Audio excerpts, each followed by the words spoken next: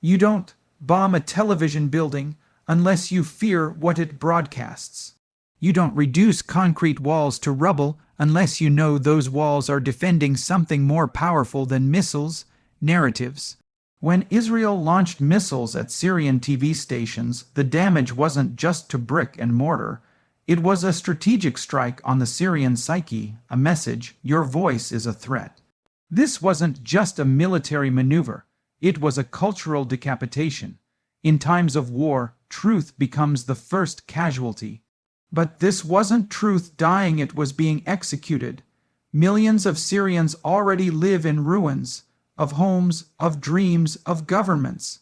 But now, even their airwaves aren't safe. The one tool left to shape their reality gone in a firestorm of modern warfare.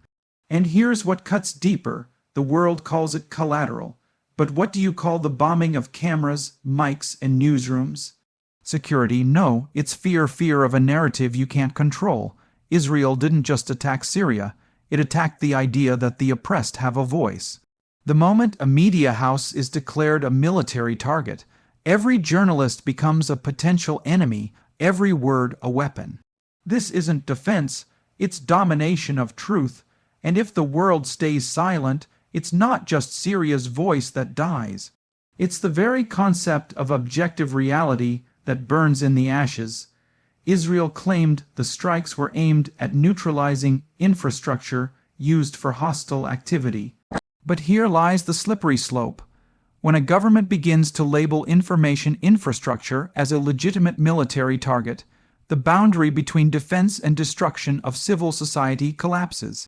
Under international humanitarian law, specifically the Geneva Conventions, media institutions are protected unless they are directly contributing to military operations. And even then, proportionality and necessity must be proven beyond doubt. But who decides what constitutes hostile activity? In this case, Israel did unilaterally, without global consensus or legal transparency. That's not law. That's power dictating legality. The world saw the same playbook in Iraq, Libya, and Afghanistan. Justify strikes with intelligence the public never sees, and erase the fallout as strategic success. But a broadcast antenna is not a rocket launcher. Journalists are not soldiers, and turning a TV studio into a target sets a precedent that regimes across the globe will exploit. Today it's Syria, tomorrow it's any dissenting voice anywhere. The international legal order is not just being ignored, it's being redefined in real time by force. And the silence of global institutions is complicity. Every government that chooses to stay neutral is, in effect, endorsing the idea that if a nation feels threatened by your voice, it can destroy it. What's left of international law if it bends to emotion, bias, and unchecked military force? The rule of law dies not with a bang, but with a silence the world refuses to challenge. Once upon a time, war zones had unspoken rules. Doctors were protected, schools were spared, and journalists wore press vests with the naive belief they wouldn't be targeted. But with this attack, a line has been crossed. Israel didn't just strike buildings, it shattered the last illusion that media can remain neutral in modern warfare. When a television station becomes a military target, what message does that send to the world? That objectivity is now optional. That if you broadcast the wrong version of events, your newsroom becomes fair game. This isn't just Syria's loss, it's a warning to every journalist who dares report on war from the other side. Neutrality used to be a shield, now it's a bullseye. And this shift doesn't just affect Middle Eastern journalists. It sends ripples to every corner of the world, wherever a reporter presses record near a front line. When media loses its protected status, we lose the eyes and ears on the ground. We lose the only bridge between the battlefield and the global conscience. No drones, no satellites, no official statements can replace that. The erasure of media neutrality means truth becomes whatever the strongest side says it is. The side with the bigger missile doesn't just win, they get to write the story too. And when both sides believe they're entitled to silence the narrative of the other, we're not just heading into an age of war, we're marching into an age of weaponized silence. The casualties aren't just journalists, they are truth itself. The most deafening sound after the strike wasn't the explosion, it was the silence that followed.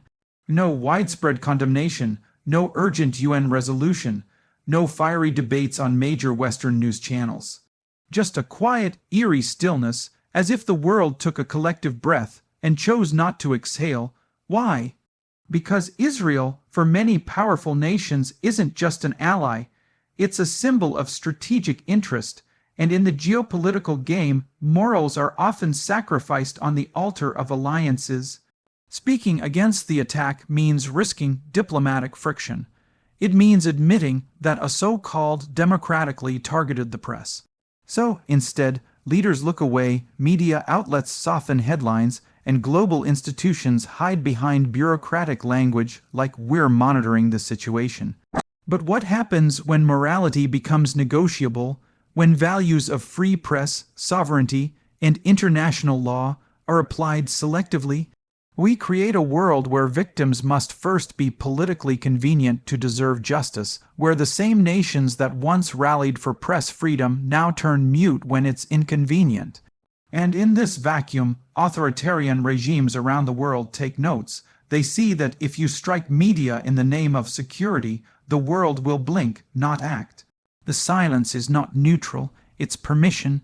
It tells the world, as long as you have the right allies, you can bomb the truth and call it peacekeeping. This isn't diplomacy. This is cowardice dressed as strategy. And every second we stay silent, we betray the very ideals we claim to defend. When a missile silences a media outlet, the consequences don't end with the debris, they echo forward into the future, distorting the flow of information for generations. In the Middle East, where narratives have long shaped identity, resistance, and survival, this attack is a seismic blow to the already fragile ecosystem of truth.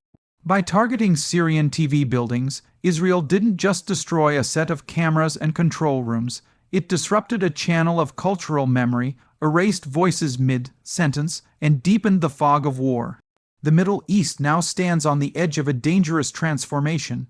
Where state-controlled narratives dominate, independent journalism dies, and propaganda fills the vacuum left behind. Without credible media, lies flourish, and when lies are repeated without challenge, they become policy, they justify wars, they fuel radicalism. This is not just Syria's problem, it's a regional infection. Lebanon, Iraq, Palestine, Iran, they are all watching. They see how the tools of war now include satellites, microphones, and studios. They see how truth tellers become targets and silence becomes strategy. If media can be bombed without consequence, what future does honest reporting have in this region? What safety do journalists have when truth itself is framed as terrorism? The future of the Middle East's information landscape is being redrawn, not with ink, but with fire. And if this becomes the norm, we will no longer be hearing the voices of people, we'll be hearing only what power wants us to hear.